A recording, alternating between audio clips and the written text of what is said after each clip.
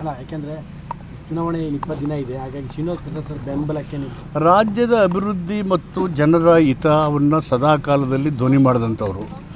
ಅವರಿಗೆ ಅವರ ವಿವೇಚನೆ, ಅವರ ಆತ್ಮಸಾಕ್ಷಿ ಏನು ಹೇಳುತ್ತೆ ಅದನ್ನೇ ಮಾಡುವಂಥವ್ರು ಅವರು. ಹೀಗಾಗಿ ನಾವು ಅದನ್ನೇನು ಪ್ರಸ್ತಾಪ ಮಾಡಲಿಲ್ಲ. ಅವರನ್ನು ಭೇಟಿ ಮಾಡಿ ಸುದೀರ್ಘವಾದಂಥ 50 ವರ್ಷದ ಅವರ ಸೇವೆಯನ್ನು ಶ್ಲಾಘನೆ ಮಾಡಿ ಅವರ ಆರೋಗ್ಯ ಒಳ್ಳೆಯದಾಗಲಿ ಅಂತ ಹೇಳಿದ್ದೀವಿ. ಅದು ಗೊತ್ತಿಲ್ಲ ನಮಗೆ ಸರ್. ರಾಜಕೀಯ ನಿವೃತ್ತಿ ಆದರೂ ನಾನು ಯಾರೇ ಬಂದರೂ ಮನೆಗೆ ಸಲಹೆ ಕೊಡ್ತೀನಿ ಅಂತ ಅವ್ರು ಹೇಳಿದರು. ಈಗೇನಾದರೂ ಸಲಹೆ ಕೊಟ್ಟಿದ್ದಾರಾ ಏನಾದರೂ? ನಾನೇನು ಹೇಳಿದೆ ಈಗ? ನಾನೇ ಕೇಳ್ತಾ ಇದ್ದೀನಿ. ಕಾಲಕ್ಕೆ whenever this is a constitutional crisis, whenever this a democratic dysfunctioning, whenever this is a threat to the people's rights and fundamental rights, he should intervene and give suggestion to the government and to the political leaders. ಹೇಳಿದ್ದೀನಲ್ವ? ಅಲ್ಲ, ಅವ್ರು ಕೇಳಿದ್ರೆ ಚುನಾವಣೆ ದೃಷ್ಟಿಯಿಂದ ಏನಾದರೂ ಸಲಹೆ ಕೊಡ್ತಾರೆ? ಇಲ್ಲ, ಅದನ್ನೇನು ನಮ್ಮ ಪುತ್ರ ಅವರು ನಿನ್ನೆ ಭೇಟಿ ಕೊಟ್ಟಿದ್ದರು.